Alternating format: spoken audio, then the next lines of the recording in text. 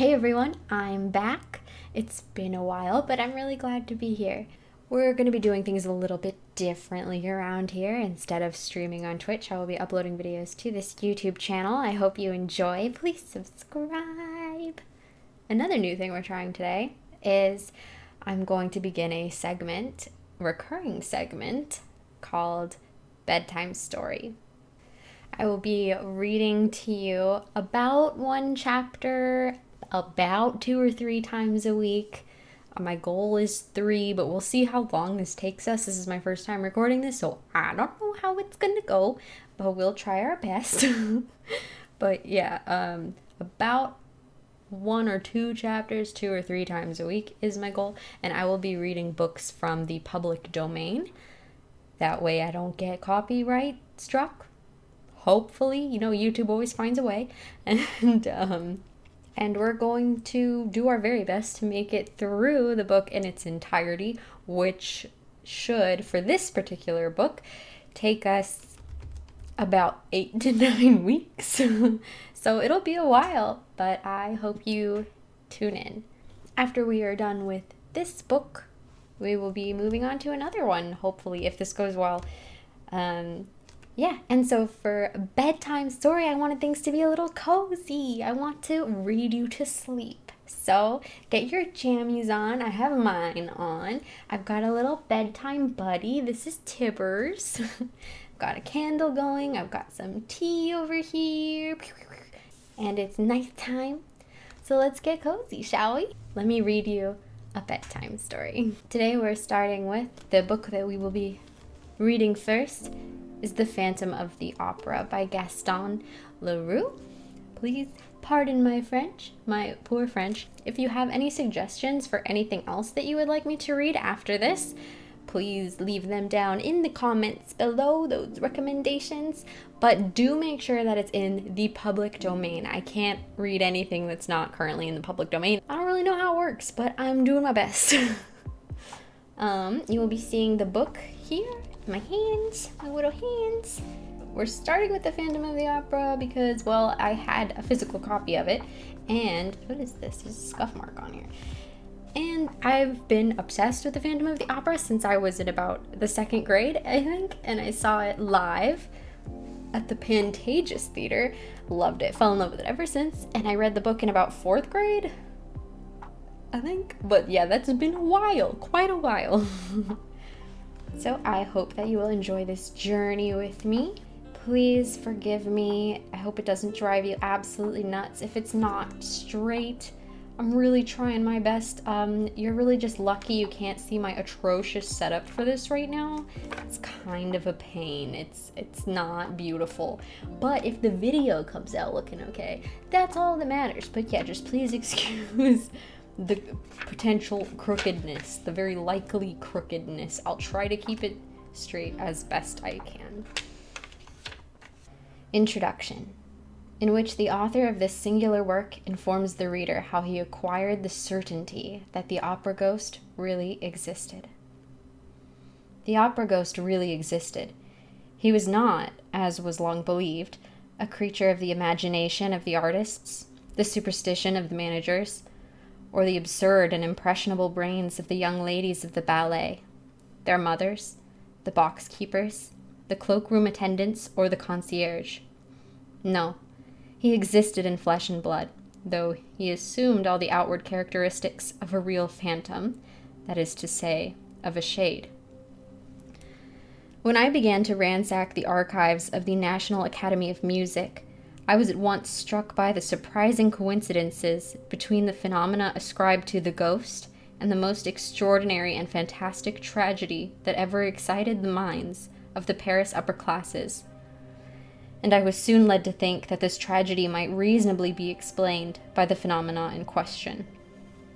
The events do not date more than 30 years back, and it would not be difficult to find at the present day, in the foyer of the ballet itself, old men of high repute, men upon whose word one could absolutely rely, who would remember as though they happened yesterday the mysterious and dramatic conditions that attended the kidnapping of Christine Daae, the disappearance of the Vicomte de Gagny, and the death of his elder brother, Count Philippe, whose body was found on the bank of the lake that exists in the lower cellars of the opera on the Rue Scribe side. But none of these witnesses had until that day thought that there was any reason for connecting the more or less legendary figure of the opera ghost with that terrible story. The truth was slow to enter my mind, puzzled by an inquiry that, at every moment, was complicated by events which, at first sight, might be looked upon as superhuman. And more than once I was within an ace of abandoning a task in which I was exhausting myself in the hopeless pursuit of a vain image. At last I received the proof that my presentiments had not deceived me, and I was rewarded for all my efforts on the day when I acquired the certainty that the opera ghost was more than a mere shade. On that day, I had spent long hours over the memoirs of a manager, the light and frivolous work of the over-skeptical Monarchman. I apologize for my very poor French and any mispronunciations that take place here in this reading. I sincerely apologize. I'm doing my best. I didn't practice this ahead of time. This is a cold reading. Who, during his term at the opera, understood nothing of the mysterious behavior of the ghost, and who was making all the fun of it that he could at the very moment when he became the first victim of the curious financial operation that went on inside the magic envelope. I had just left the library in despair when I met the delightful acting manager of our National Academy, who stood chatting on a landing with a lively and well-groomed little old man, to whom he introduced me gaily.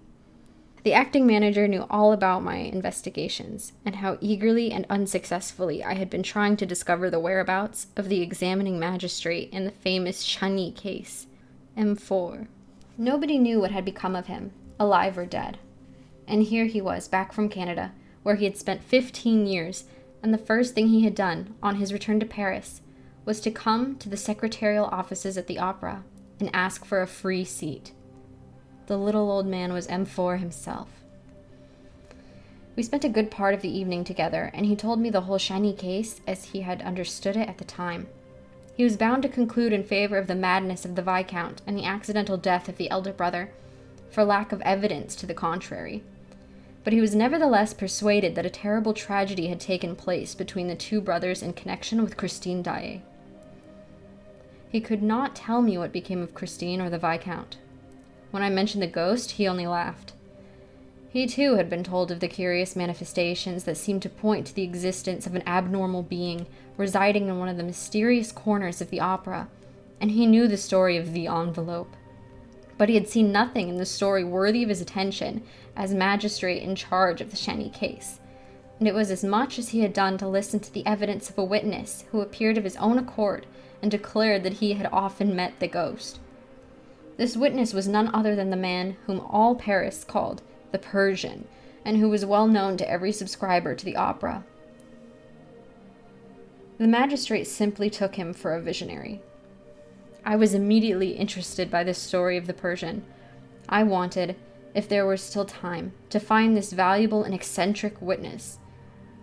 My luck began to improve, and I discovered him in his little flat in the Rue de Rivoli, where he had lived ever since, and where he died 5 months after my visit.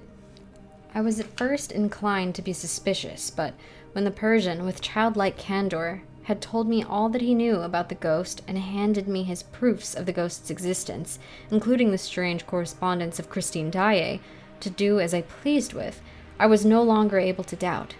No, the ghost was not a myth. I have, I know, been told that this correspondence may have been forged from first to last by a man whose imagination had certainly been fed on the most seductive tales. But fortunately, I discovered some of Christine's writing outside the famous bundle of letters, and on a comparison of the two, all my doubts were removed. I also went into the past history of the Persian, and found that he was an upright man, incapable of inventing a story that might have defeated the ends of justice. This, moreover, was the opinion of the more serious people who, at one time or another, were mixed up in the Chani case, who were friends of the Chani family, and to whom I showed all my documents and set forth all my inferences. In this connection, I should like to print a few lines which I received from General D. Sir, I cannot urge you too strongly to publish the results of your inquiry. I remember perfectly that, a few weeks before the disappearance of that great singer Christine Daae, and the tragedy which threw the whole of the Faubourg Saint-Germain into mourning, there was a great deal of talk, in the foyer of the ballet, on the subject of the ghost. And I believe that it only ceased to be discussed in consequence of the later affair that excited us all so greatly. But, if it be possible, as, after hearing you, I believe, to explain the tragedy through the ghost, then I beg you, sir, to talk to us about the ghost again. Mysterious though the ghost may at first appear, this ghost will always be more easily explained than the gruesome story in which malevolent people have tried to picture two brothers killing each other who had worshipped each other all their lives. Believe me, etc. Lastly, with my bundle of papers in hand, I once more went over the ghost's vast domain, the huge building in which he had made his kingdom. All that my eyes saw, all that my mind perceived corroborated the Persian's documents precisely, and a wonderful discovery crowned my labors in a very definite fashion. It will be remembered that, later, when digging in the substructure of the opera, preparatory to burying the phonographic records of the artists' voices, the workmen laid bare a corpse. Well, I was at once able to prove that this corpse was that of the opera ghost. I made the acting manager test this proof with his own eyes, and it has now become a matter of supreme indifference to me if the papers pretend that the body was that of a victim of the Commune. The wretches who were massacred under the Commune in the cellars of the opera were not buried on this side. I will tell where their skeletons can be found, in a spot very far removed from that immense crypt, which, during the siege, was stocked with all sorts of provisions. I came upon this track while in the act of looking for the remains of the opera ghost, which I should never have discovered but for the great stroke of luck described above. But we will speak again of the corpse, and of what should be done with it. For the present I must conclude this very necessary introduction by thanking M. Mifroid, who was the commissary of police called in for the first investigations after the disappearance of Christine Daae. Monsieur Remy, the late secretary, Monsieur Mercier, the late acting manager, Monsieur Gabriel, the late chorus master, and, more particularly, Madame la Baronne de Castelnau-Barbezac, who was once the little Meg of the story, and who is not ashamed of it. The most charming star of our admirable corps de ballet, the eldest daughter of the worthy Madame Jury, now deceased, who had charge of the ghost's private box. All of these have been of the greatest assistance to me, and, thanks to them, I shall be able to reproduce those hours of pure love and sheer terror in their smallest details before the reader's eyes.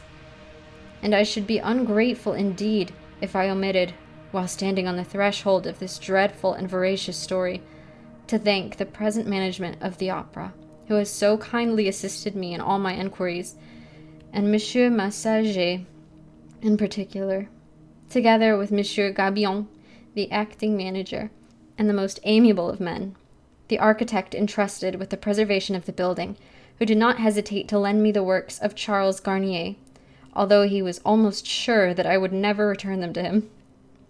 Lastly, I must pay a public tribute to the generosity of my friend and former collaborator, Monsieur J. L. Croze, who allowed me to dip into his splendid theatrical library and to borrow rare editions of books by which he set great store. Gaston, Leroux.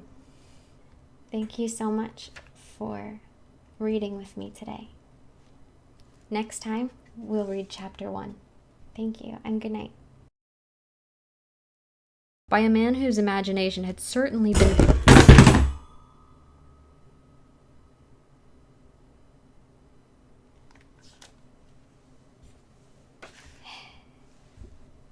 first appear. Shit, how long has this been in view? Oh my god. Monsieur Remy. Why have I been saying M?